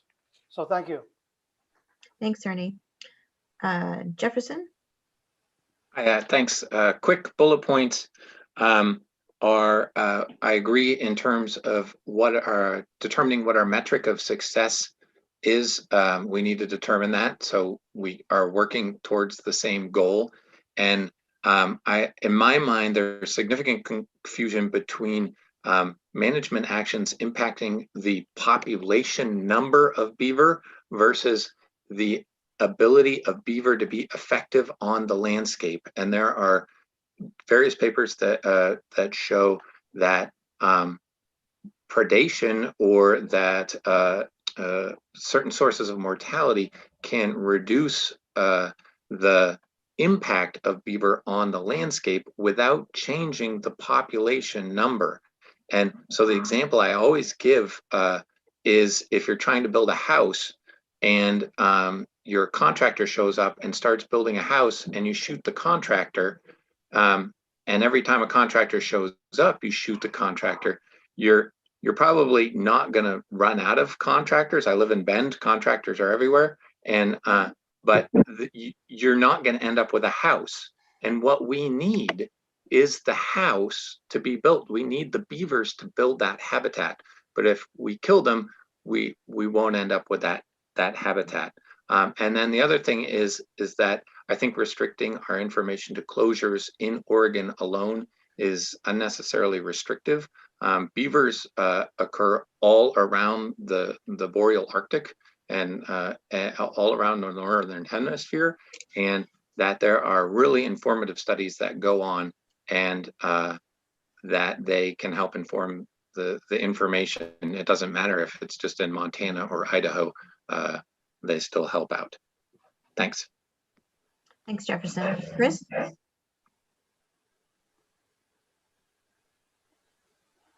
Thank you. I just wanted to echo Leland's point. I really think we need a performance measure that we're all pulling for, and add on another layer to that. I think we need to be clear who's the performance measure benefiting. Ernie talks about all Oregonians. Other folks are representing particular user groups. What is our performance measure, and for whom? And then I think a lot of these conversations would be not necessarily easier, but that part would be, that uncertainty would be removed. Thank you. Amy? Yeah, just really quickly, I wanted to go back to Bob's comments and ask that, to my knowledge anyway, I don't believe we have any studies out there that show a beaver population estimate for the state. And I guess I would just ask that if we're going to be saying things like the population is at 10% and things like that, it would be really beneficial to be able to, provide the data and the backup for that for the rest of us that perhaps are not at that mindset around beaver population. So that would be really beneficial there. And if we're going to look at the mortality issues that are affecting beaver population, is the group willing to look at all the mortality topics such as predation as well, and not just zero in on one single factor? I think that would perhaps be folly to do that. And then the other comment would be the designation of predatory animal is something that oftentimes gets confused and conflated. It does not mean that they are a predator. That is not the designation that term carries. Predatory animal under the statutes that are administered by Oregon Department of Ag do not mean that. And so under that statute, beaver is designated as a predatory animal and therefore handled in that manner. So those are just my few quick comments, and in respect for time, I'll leave it at that. Thanks. Thanks, Amy. All right, Leland, looks like you and then Becky, and then we really need to cut it off so that we know what we're doing next. I've got a summary. Yeah, I'll just be really, really short. I mean, there seems to be this idea that management means closures. And I think we have to be careful that that's not actually exclusively what management means. If we're going to develop management recommendations, there's a broad suite of recommendations that we can develop up to permanent closures or temporary closures or changes in all sorts of different management techniques.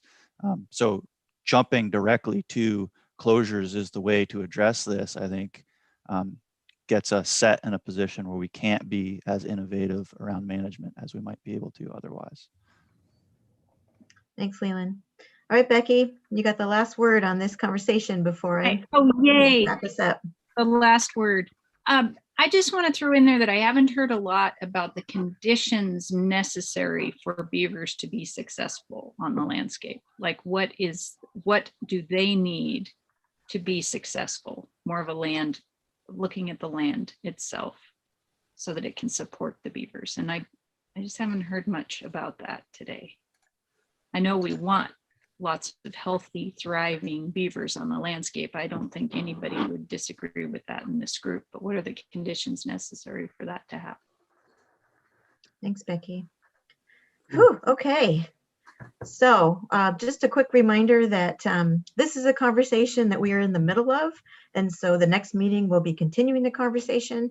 The next meeting will be continuing it. So don't feel like that this is your only opportunity to get information out. I know it's frustrating in the Zoom to have to wait. I appreciate everybody's patience. So we've got about 15 minutes left, and I want to do a summary of where I think we're at. I had some information to share with you about survey outcomes. And I think what I'm going to do is share with you just a couple of slides because they help to reinforce a suggestion that I have about how we move forward. And then there are a few loose ends around the charter that we didn't get to. And let's see here. So let me just summarize where we're at. And then let's look at the charter and see if we can just tie up those few loose ends, because we had a good conversation about that in the beginning. And then I do want to show you a slide or two about the survey outcomes and float an idea. So where we are. So there's some follow-up I think we need to do with our federal partners at our next meeting. There are some questions, I saw them taking notes. And so we'll follow up with Josh and Corbin about data needs and questions that you folks asked them that I saw them say, oh yeah, well, we'll look into that. And so what I would expect at our next meeting is that we would have a Fed conversation part 2 about some of the questions that you asked. So that's one thing. The second thing is we did not get to the ODFW presentation.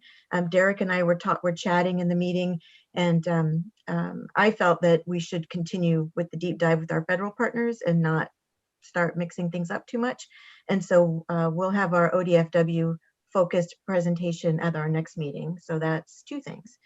The third is that, in terms of starred items, again, darn it, Marianne, I need my big whiteboard. If I had written these things on a big whiteboard, you'd all see them. But some sort of big categories of things that we need to organize ourselves around and follow up with are, we need a clearinghouse way for people to upload information that everybody can see. And we're working with Michelle at ODFW to make that happen. And so we're going to try to make that happen before the next meeting and, get that out to you. So we've got some, oh yes, in person. Thank you, Marianne. So we're working on that piece, and because we want that too, because there's a lot of information that people want to share. So that's one piece that we're working on. In terms of topics, this speaks to the slide I want to share, because you've all weighed in on priorities in terms of topics that you want to address. We need to think through some order about how we bring those forward. And some of the outcomes of this meeting are, the effectiveness and outcomes of closures, limiting factors, what are they? Predation, habitat, other. I like what Becky was saying about success factors to sort of balance that. What are the success factors that we're looking for? There's some basic population data questions that lots of questions around. And then let's see. And then working toward metrics that we can agree on, what are those metrics? Because we're all kind of talking at different scales. And so how do we settle on a scale? So that's one chunk.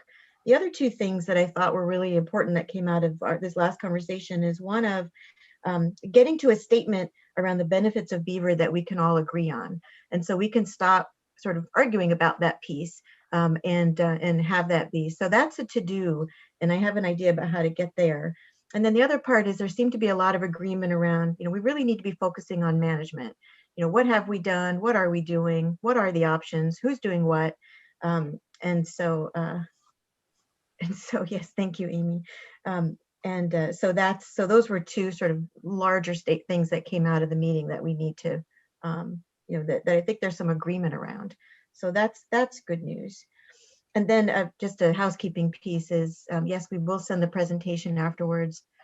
What we did after the last meeting is we did an immediate follow-up with action items, and I think that that's helpful. So we'll do that after this meeting as well, with an immediate summary of where, things, action items, and send the presentations. So I'll take a breath. But that's sort of a tie-up of where I think we are. And then, so if we can shift gears kind of quickly to look at the charter and the remaining items and just see if there's any way we can get closure on those in just a few minutes. And if not, it's not uncommon for groups to carry on. You want to go down, let's see. Let's look at scope of authority. We'll go back up to that. It's not uncommon for a group to not completely settle out the charter for a meeting or a couple meetings or two. Thank you, Josh, for the presentation. So I like the time that we spent on the mission purpose. I think that was really helpful, and we got clarity on that and agreement on that. The scope of authority, I don't know that I want to spend time right now wordsmithing that. I think it's more, I feel like that's something we can either take up at the next meeting. I feel like it's more of a companion piece to the mission purpose, and that the mission purpose was really the primary one that we needed to get agreement on. So does anybody want to take time to look at the scope of authority in the few minutes that we have right now? If you have thoughts about, the language that's here, and we're going to send this out, you can certainly, let us know and follow up. I mean, we're trying to chunk this down to a place where people can support. And we don't want to take up a lot of time in your meetings with process, but there is a process foundation that's important for us to be, functional. Danielle? Only one clarifying question. Just so it says the work group will assess current and historical approaches by the ODFW for Beaver management. I'm just curious. I think both the Josh and Corbin mentioned this, but on all the translocation efforts, on all efforts that happened on the federally managed lands, ODFW was involved. Because the only thing I might say is that current and historical approaches for beaver management because I don't know if ODFW always led those efforts. So I guess I just don't want to be so restrictive in that it had to be something that ODFW led the effort on, because we're talking more about the federally managed lands and ODFW is involved, but I guess in thinking especially about historical things that took place, does that make sense, or is that completely, am I going in circles now? Yeah, well, and and Danielle, I mean, I guess my response would be that that why don't we'll send this out, and then, because I don't know that we have time to have a bigger conversation about the comment that you just brought up.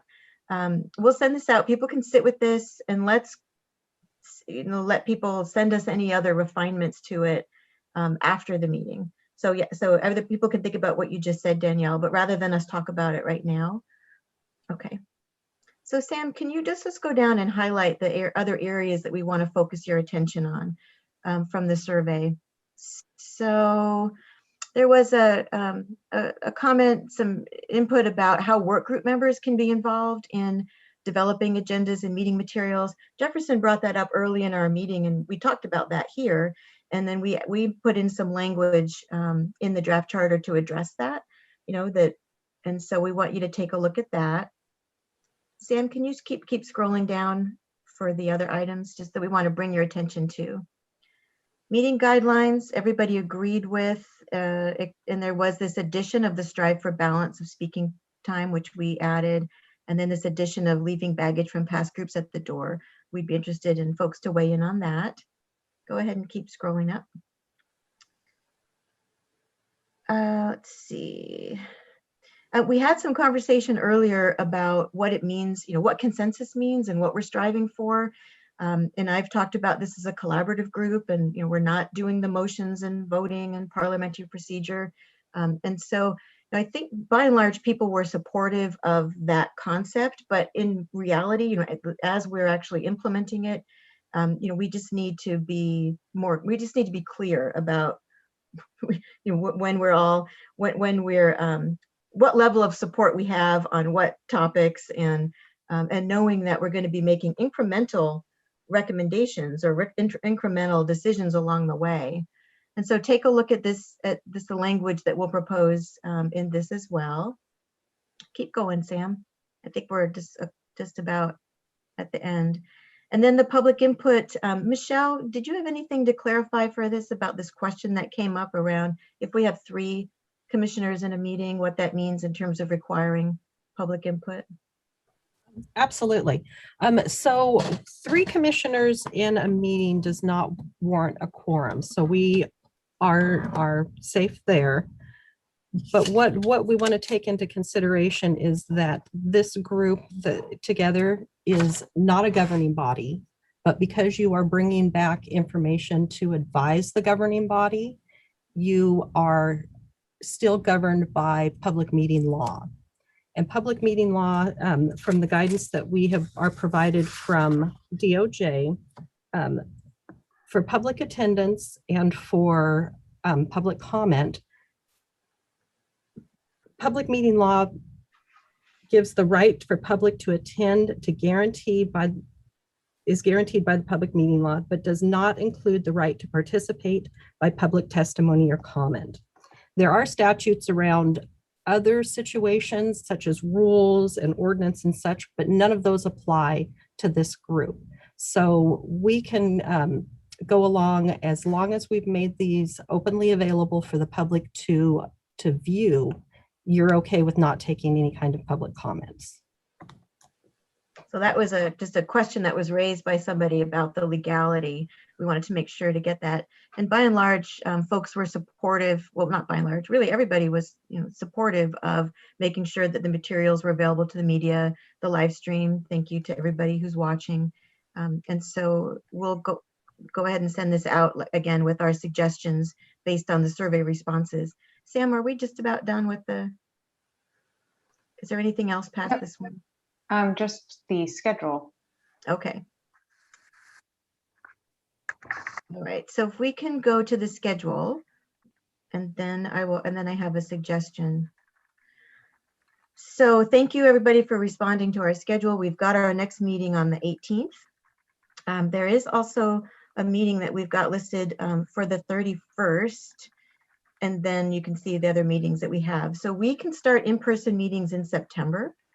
And so I'm going to say that from the 13th forward, those meetings will be in person, and we're working with Michelle to make that happen and the logistics around that.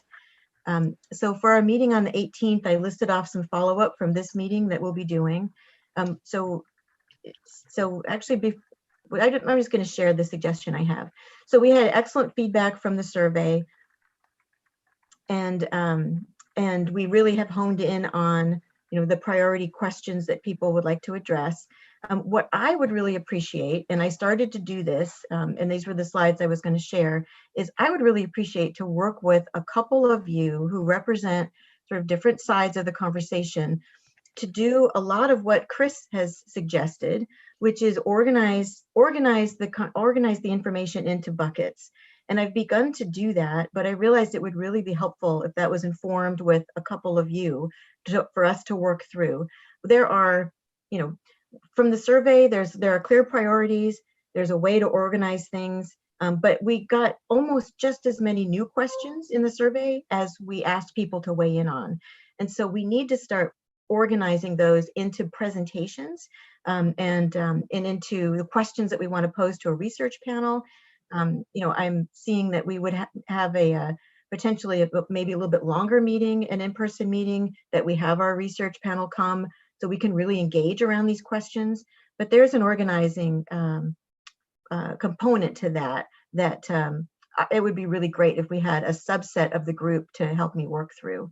So my proposal is that I'm going to reach out through email to groupings of you and ask for you to select somebody among that group who has capacity, who can fairly represent those ideas, to be a part of a little subgroup to help us organize the questions and information into presentations, and also begin to identify who are the folks and what is the material to bring forward. So that's my proposal. What do people think about that? Greg? So Jamie, I appreciate that, and I want to know if you feel that that's getting to the question that Leland and Chris have about defining what we're measuring. Yep. Because that's what we're trying to get to, and I mean, I don't know if we've described a pathway to that, and maybe what you've just described with these presentations is maybe there, or getting the two people working with you to move forward on this. But I think we do need to keep that front and center, and I'm not sure if we're clear about a pathway to get there at this point. Yeah, no, I don't think we are either. And that's why I wanted to follow up with some groupings of folks around how we get a small subset to start working through the volume of questions and data needs and information that the group would like to be talk about, and how we organize that across our meetings. So that's my proposal, is to reach back out to you between meetings and make that happen. Okay, and I'd be interested to hear from them if that's getting to what they're talking about. Chris, that was a direct question for you. Yeah, thanks, Commissioner Rowley. Yes, I think as well as some of the science questions, if we could digest them into a statement and present the statement to the group and have the group decide if they want to agree or edit it, so that it's not just we have all this information available, we actually have a concise written digest that we all then say yes. And that, like the charter where we have the wording, and we can, these are broken into smaller pieces, and so we sort of check bits off. Yes, okay, that's in this box, and it's in this box. What are the habitat requirements? What is the population biology? I mean, there are some unanswerable questions, and so obviously if you put those in the discussion would never end. But can we parse some of this into simple digest that we can say, yes, that is a part of our basic understanding. And the basic understanding can be, we don't know this, and we all agree that we don't know this, and so then we can move on. Yeah, and Chris, that's exactly what I want to get to. and having a few people who represent sort of different sides of the conversation help to do that, to give some, credibility to the product, to the proposal that the subgroup would make to the full group about how we move forward and the order within which we're addressing these issues. That's what I'm asking for. Amy? Sorry, just a quick comment, and I'm going to preface this by saying that this is my preference and my skepticism that is inherent in me that I'm expressing here. And I don't want this to come across rudely to anybody. I prefer to have the studies, the reports, and be able to really dig into that myself rather than have a summary presented to me or a synopsis. And I'm not saying, I know why we're wanting to do that, for the effort of moving things forward. But I do believe that it would be really important to give us the research ourselves as well, so that we have the opportunity to dig into that individually and not just rely on a synopsis or a summary that's provided to us.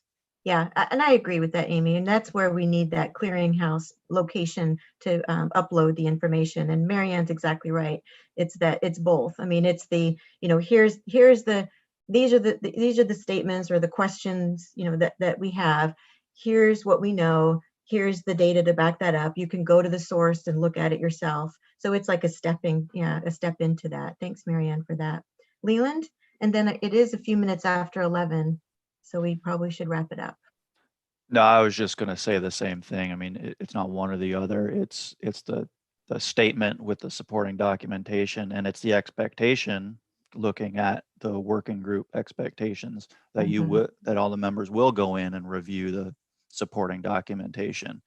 So when it comes to a discussion around that statement, that smaller group builds all of that and then brings that to the group prior to the meeting, and you read it prior to the meeting, and then you have that foundation for that discussion. Yeah, that would be great. So what I would ask of you is, you all know who your affinity group is, if you will. And so if you can talk amongst yourselves and send somebody forward, that would be great. And we will reach out as well. And so I'd like to get to, I'd really like not more than 3 other people, just because it starts to feel like too large. It doesn't feel like a subgroup.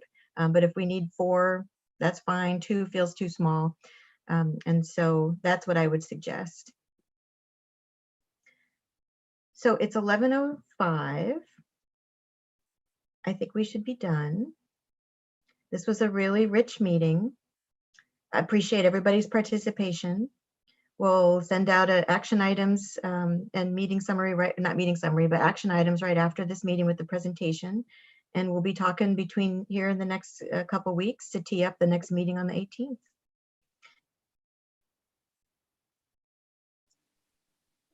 Are we all good? Thank you if there's thumbs up. Becky, we're all thinking about you. Take good care. We're sending you positive energy. And if we had water trucks, we'd send them too. Everybody else, take care. Have a good weekend. Thank you, everyone. Thank you, Oregon. What a great Beaver meeting.